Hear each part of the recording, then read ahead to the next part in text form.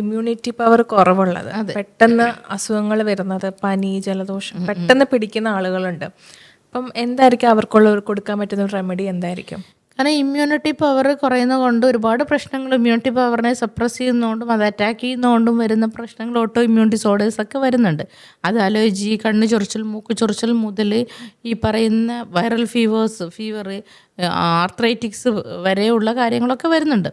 അപ്പോൾ അതിന് ഏറ്റവും നല്ലൊരു റെമഡി എന്ന് പറഞ്ഞാൽ അക്യുപഞ്ചറിൽ ഇമ്മ്യൂണിറ്റി പവറിനെ ബൂസ്റ്റ് ചെയ്യാനുള്ള അക്യുപ്രഷർ പോയിൻറ്റ്സ് തന്നെ ഉണ്ട്. അപ്പോൾ ആ പോയിൻറ്റ്സിൽ നമ്മൾ ഡെയിലി സ്റ്റിമുലേറ്റ് ചെയ്ത് കൊടുക്കുകയാണെങ്കിൽ നമുക്ക് ഇമ്മ്യൂണിറ്റി ഭയങ്കരമായിട്ട് എൻഹാൻസ് ചെയ്യും.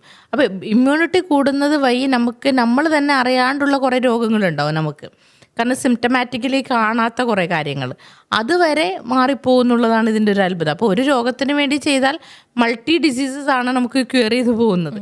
അപ്പോൾ ഇമ്മ്യൂണിറ്റി പവറിനെ ബൂസ്റ്റ് ചെയ്യാനായിട്ട് അതുപോലെ നാച്ചുറൽ റെമഡീസിൽ നമ്മൾ സാധാരണ ഈ കരിഞ്ജീരകം വെള്ളം തിളപ്പിച്ചിട്ട് കുടിക്കുക, കരിഞ്ജീരക ഓയിൽ നല്ല രീതിയിൽ ചെയ്യുക, പിന്നെ വൈറ്റമിൻ സി അടങ്ങിയ എന്തെങ്കിലും സിട്രിക് ഫ്രൂട്ട്സ്, നാരങ്ങ, ഓറഞ്ച് പോലെയുള്ള ഫ്രൂട്ട്സ് കഴിക്കാൻ പറയാറുണ്ട്. അങ്ങനെയൊക്കെയുള്ള കുറേ ഹോം റെമഡീസ് കാര്യങ്ങളൊക്കെ കൊടുക്കാറുണ്ട്. പ്രത്യേകിച്ച് ആസ് ആക്യുപഞ്ചറിസ്റ്റ് ഈ പറയുന്ന പോലെ ഈ പോയിൻറ്റ്സിൽ സ്റ്റിമുലേറ്റ് ചെയ്യുവാണെങ്കിൽ നല്ല രീതിയിൽ ഇമ്മ്യൂണിറ്റി പവർ കൂടും. അപ്പോൾ ഈ പറഞ്ഞ സ്നീസിങ്, കണ്ണ് ചൊറിച്ചിൽ, മൂക്ക് ചൊറിച്ചിൽ, അലർജി ഇതൊക്കെ നല്ല രീതിയിൽ മാറും.